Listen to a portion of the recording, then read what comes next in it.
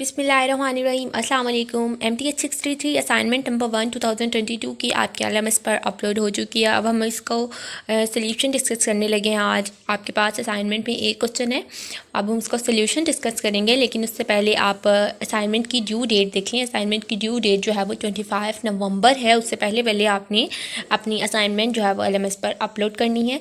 तो इस पे एक क्वेश्चन है, आपने उसकी क्वेश्चन जो है वो ग्रुप के अकॉर्डिंग है। तो आपने क्या करना है, आपने उसकी ग्रुप की प्रॉपर्टीज़ को जो है वो सेटिस्फाई करना है।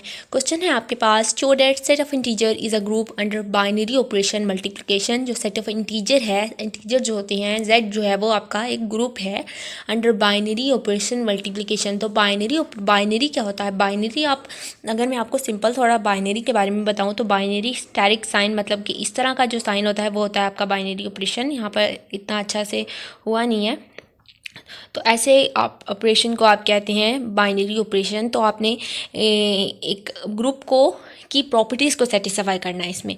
तो ग्रुप की 4 प्रॉपर्टीज़ होती हैं। अब पहले हम इसके मज़ीद क्वेश्चन है आपके पास, justify each of group properties that hold or not.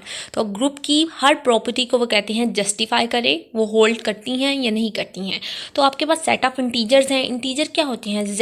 Z is set of integer होते हैं। तो वो कहता है set of integer is a group, कि वो ग्रुप है under binary operation and multiplication. तो आपके पास ग्रुप क्या है? जेड है।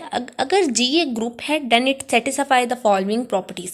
ग्रुप की 4 प्रॉपर्टीज़ होती हैं आपके पास। कुलैयर प्रॉपर्टी होती है सबसे पहले। कुलैयर प्रॉपर्टी क्या होती है कि दो इंटीजर के अंदर से, सेट ऑफ इंटीजर्स के अंदर से अगर आप दो कोई डिजिट्स लें, उन 2 नंबर्स लें और उनको मल्टीप्लाई करें तो वो भी जेड के अंदर से ही आना चाहिए। तो multiplication of 2 integer is always an integer. तो 2 इंटीजर्स की मल्टीप्लिकेशन हमेशा एक इंटीजर होती है। लेट आपने कहा कि ए स्टैटिक बी बिलोंग करता है जेड से, for all A B belong करता है जेड से। ए भी आपका कहाँ से आ रहा है? जेड से आ रहा है। तो हमने 2 इंटीजर्स ले लिए, जैसे मैंने कहा 2 3 जो है वो आपका हमने कहा यहाँ पर आप मज़ीद ऐड कर सकते हैं कि 2 3 जो है वो कॉमा डालेंगे, बिलोंग करता है जेड से। तो अब आपने उसकी multiplication, under multiplication binary operation check करें तो 2.3 कर दें, वो आपके पास 6 आएगा, तो वो भी जेड से बिलोंग करता है। तो कुलैयर प्रॉपर्टी क्या होती है कि आप 2 इंटीजर्स को मल्टीप्लाई करें तो वो भी एक इंटीजर ही आए। तो जेड इज़, तो आपके पास 6 भी एक इंटीजर ही आया, तो Z is closed under multiplication.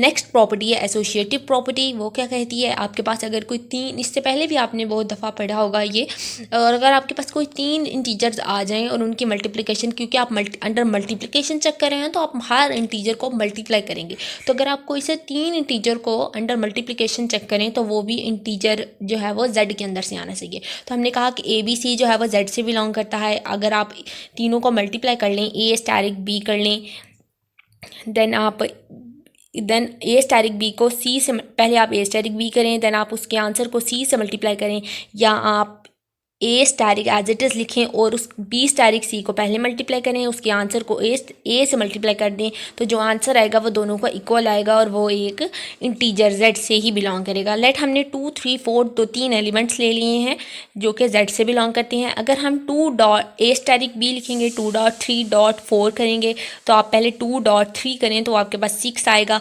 6.4 आपके पास आंसर 24। आप इसके अंदर एक और स्टेप जो है वो ऐड कर सकते हैं। आपका स्टेप जो है वो ये हो सकता है, आप इस 6 की ब्रैकेट्स को ख़त्म कर सकते हैं, आप 6.4 ऐसे बस लिख लें।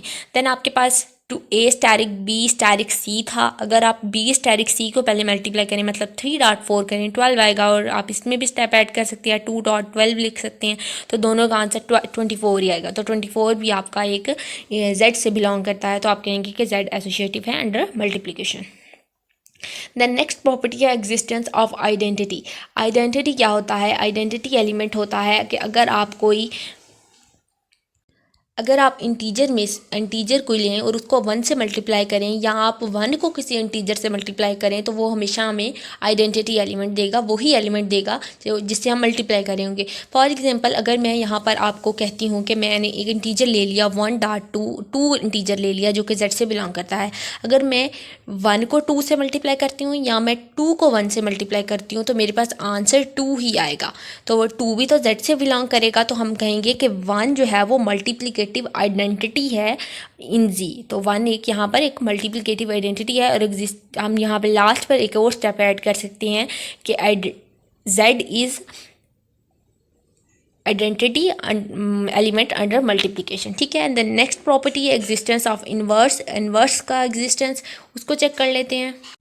लेट आपका ए कोई ग्रुप के अंदर से बिलोंग करता है, तो वो एक और एलिमेंट जो है वो भी अगर उसमें एग्जिस्ट कर जाता है और वो भी जी ग्रुप से ही बिलोंग करता है। आपका पहले कोई एक ए एलिमेंट है वो जो कि ग्रुप से बिलोंग कर रहा है, ग्रुप पे के अंदर एग्जिस्ट कर रहा है। मैं फॉर एग्जांपल मैं कहती हूँ कि मेरे पास 2 जो है वो ग्रुप से बिलोंग करता है, तो उसके अंदर एग्जिस्ट करेगा एक और एलिमेंट भी तो एग्जिस्ट कर सकता है जो वो भी ग्रुप के अंदर से ही बिलोंग करे। सच दैट वो कहता है अगर आप ए स्टैरिक बी लें या बी का स्टैरिक ए के साथ लें, मतलब स्टैरिक साइन, इस साइन को बोलते हैं। अगर आपने अपने लेक्चर्स कवर किए हैं, आपका जो लेक्चर असाइनमेंट है वो 1 to 33 मॉड्यूल्स को कवर करी है, या अगर आप लेक्चर वाइज देखना चाहते हैं तो 1 to 8 लेक्चर्स को कवर करी है। तो अगर आपने इसको अच्छी तरह से पढ़ा है तो आपको पता होगा कि ये स्टैरिक साइन है। अंडर बाइनरी ऑपरेशन में हम इसको देखते हैं। तो कहता है कि अगर आपके पास एक ए जो है वो ग्रुप से बिलोंग कर रहा है, तो और अगर उसमें बी भी तो एग्जिस्ट कर सकता है। तो अगर हम ए का स्टैरिक बी के साथ लें या हम बी का स्टैरिक ए के साथ लें तो हमेशा जो हमारे पास आंसर है वो ई ही आएगा। मतलब कि हम कहते हैं कि 2 हमारा Z से बिलोंग करता है, हमारा 2 इंटीजर है वो एक, और वो Z से बिलोंग करता है। तो हम कहेंगे तो उसका इन्वर्स भी तो एग्जिस्ट करेगा। अब हम इन्वर्स क्या होगा कि अगर आपने कोई 2 को हम किसके साथ मल्टीप्लाई करें तो वो हमारे पास आइडेंटिटी एलिमेंट कहते हैं 1 को। तो अगर हम यहाँ पे 2 को किसके साथ मल्टीप्लाई करेंगे तो वो हमें एक आइडेंटिटी एलिमेंट देगा, 1 एलिमेंट देगा। तो 2 को हम 1/2 के साथ अगर मल्टीप्लाई करते हैं तो वो हमें एक आइडेंटिटी एलिमेंट देगा, 1 देगा। 2 कैंसिल हो जाएगा तो हमारे पास आंसर जो आएगा 1 आएगा। लेकिन देखें 2 तो Z से बिलोंग करता है, आपका 2 तो Z से बिलोंग करता है, लेकिन 1/2 तो Z से बिलोंग नहीं करता। 1/2 तो एक रैशनल नंबर बन गया है। तो हम कहेंगे कि हमने इसको मल्टीप्लाई किया, हमने इसको मल्टीप्लाई करके चेक कर लिया। 2.1/2 आपने किया, इसको थोड़ा मज़ीद क्लैरिफाई किया है। 2.1/2 करें या 1/2.2 करें, कुछ भी करें, आपके पास आइडेंटिटी एलिमेंट तो आता है। हमने अगर हम कोई और नंबर ले लेते हैं, जैसे मैं आपको 0 नंबर लेकर दिखाऊं, तो अगर 0 का इन्वर्स जो है वो आपके पास 1/0 आएगा। तो 1/0 तो आपके पास इन्फिनिटी के इक्वल होता है। तो वो आपको उसका इन्वर्स जो है वो इन्फिनिटी मिलेगा। तो इन्फिनिटी तो जो है वो इंटीजर से बिलोंग नहीं करता है। तो 0 भी जो है वो आपका इंटीजर्स क्या है, आपका इंटीजर 0 +-1 +-2 कोई भी इंटीजर उठाकर हम लास्ट वाली प्रॉपर्टी को सेटिस्फाई करना चाहें तो सिर्फ 1 एक ऐसा एलिमेंट है जो इस प्रॉपर्टी को सेटिस्फाई करेगा, सारे एलिमेंट सेटिस्फाई नहीं करेंगे। अगर आप 1 का इन्वर्स लेना चाह रहे हैं तो आपके पास 1 का इन्वर्स क्या आएगा, 1, और 1 को किसके साथ मल्टीप्लाई करेंगे तो 1 आपके पास एक आइडेंटिटी एलिमेंट आ जाएगा। तो 1 के साथ ही करेंगे तो आपके पास आइडेंटिटी आएगा। लेकिन जब हमने 2 का इन्वर्स चेक किया, आपके पास 2 एलिमेंट था, तो 2 का इन्वर्स लेना है कोई ऐसा एलिमेंट जिसके साथ हमें आइडेंटिटी मिले, तो हमने 1/2 के साथ किया तो आपके पास आइडेंटिटी आंसर आया। अब कोई हम और एलिमेंट लेके चेक कर लेते हैं। जैसे आपके पास 8 एलिमेंट इंटीजर है, उसका कोई इन्वर्स आपने इन्वर्स लेना है, तो 8 का मल्टीप्लिकेटिव इन्वर्स आपके पास 1/8 होगा और वो हमें 1 तो देगा, लेकिन आपका 1/8 Z से बिलोंग नहीं करता। तो हम कहेंगे कि इन्वर्स एग्जिस्ट नहीं करता। देखिए तीनों प्रॉपर्टीज़ ऊपर वाली एग्जिस्ट की हैं, होल्ड की हैं, सेटिस्फाई की हैं ग्रुप की कंडीशन के अंदर। तो क्लियर भी की है, एसोसिएटिव भी की है, देन आइडेंटिटी भी की है, लेकिन इन्वर्स जो है वो एग्जिस्ट नहीं की। इन्वर्स सिर्फ 1 के केस में एग्जिस्ट की है, 1 का इन्वर्स आइडेंटिटी देता है, लेकिन 2 का इन्वर्स 1/2 देता है, तो वो एग्जिस्ट नहीं किया। तो हम कहेंगे कि इन्वर्स एग्जिस्ट नहीं किया तो सेट ऑफ इंटीजर एक ग्रुप नहीं है अंडर बाइनरी मल्टीप्लिकेशन। ठीक है, अंडर बाइनरी मल्टीप्लिकेशन आप कहेंगे। ये थी आपकी आज की MTH 633 की असाइनमेंट। अगर आपको कोई कन्फ्यूजन हुई तो आप कमेंट बॉक्स में नीचे कमेंट कर दें, मैं आपको होप सो इंशाल्लाह ज़रूर रिप्लाई करूँगी। और अपना लाइक करें मेरे चैनल को, मेरी वीडियो को, और अपने फ्रेंड्स के साथ शेयर करें, सब्सक्राइब करें मेरे चैनल को। अल्लाह हाफिज़, थैंक यू सो मच।